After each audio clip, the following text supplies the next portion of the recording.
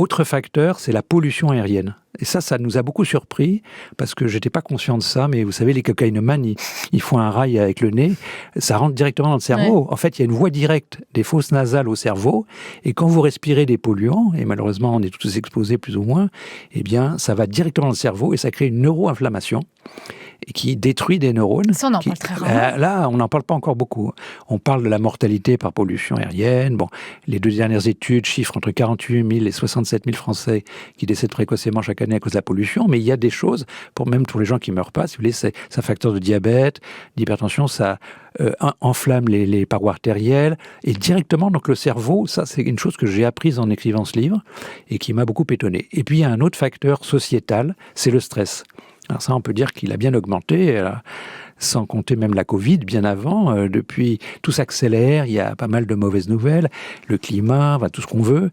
Et tout ça fait que le stress est un tueur de neurones. On y reviendra, si vous voulez, plus précisément. Mais il y a 3 mécanismes par lesquels le stress contribue à une destruction des neurones et des synapses. C'est un vrai contributeur à la maladie. C'est une mauvaise nouvelle, parce que ça augmente les chiffres. De l'autre côté, c'est une bonne nouvelle, parce que si on identifie, si vous voulez, les facteurs, on peut faire quelque chose. On parle tous de la méditation, d'aller dans la nature, de chanter, de danser. Tout ce qui peut aider le stress va jouer un rôle. Et j'ajouterai un dernier facteur d'actualité, c'est la Covid.